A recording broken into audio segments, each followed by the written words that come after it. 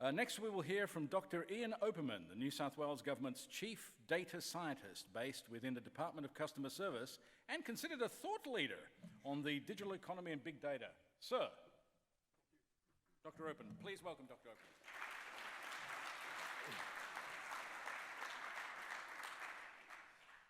I'd like to begin by also adding my acknowledgement to country, pay my respects to elders past, present and emerging, and offer those respects to any Aboriginal Torres Strait Islander elders who are with us today.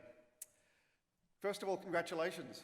Thank you very much for having me here, but congratulations. This is an incredible event. As Attila said, it's really no small feat to stand up an institute and to stand up an institute with such ambitious goals. And to stand up an institute which actually speaks to that heart of multidisciplinary research and looking to affect challenges that affect the real world. I believe the use of AI is inevitable. We know that we live in a world with an ageing, urbanising, growing population.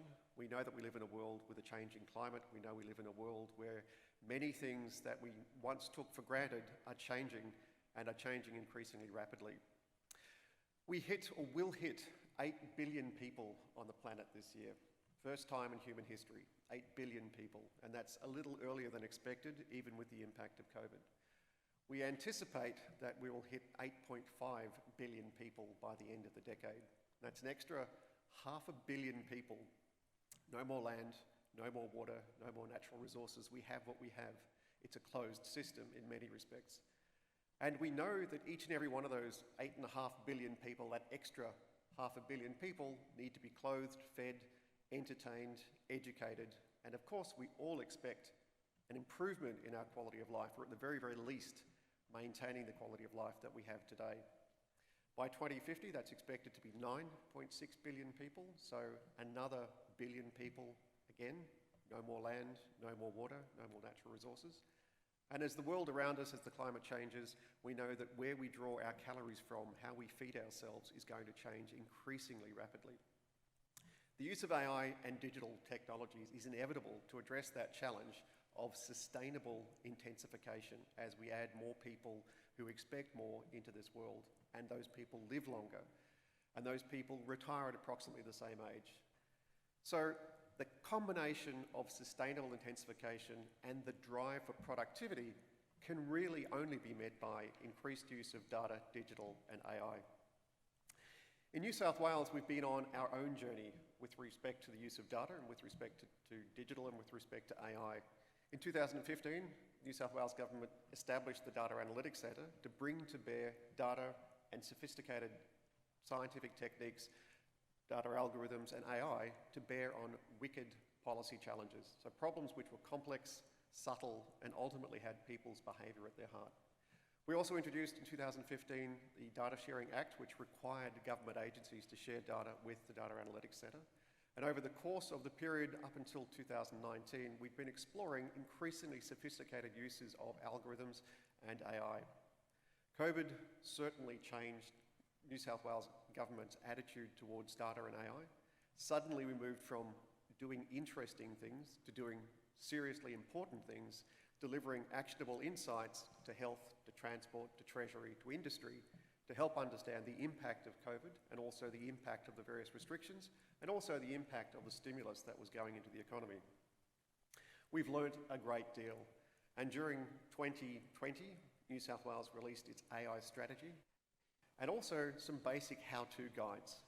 During the course of 2021, we established the AI Advisory Committee, some of whom members are in the audience today, and reviewed actual uses of AI within New South Wales Government in transport, in education, in health and in police, and ultimately delivered our AI Assurance Framework, which was our way of helping people inside government to understand whether they were appropriately, ethically, reasonably and fairly using data, digital and AI.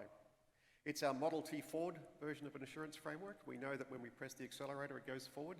When we turn left, mostly it turns left.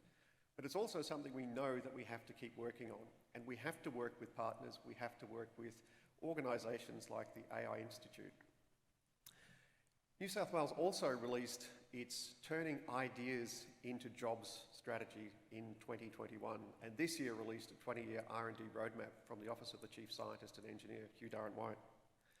What that called for was government, universities and industry working much more closely together on critical technologies and technologies where New South Wales has a competitive advantage and areas where we have the most possibility of turning ideas into jobs, getting research out of the labs and into the hands of people who can use it and use it at scale.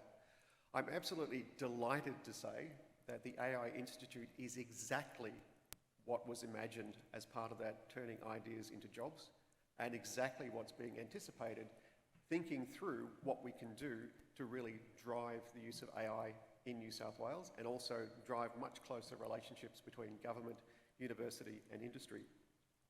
But I'd like to leave you with one small but interesting challenge.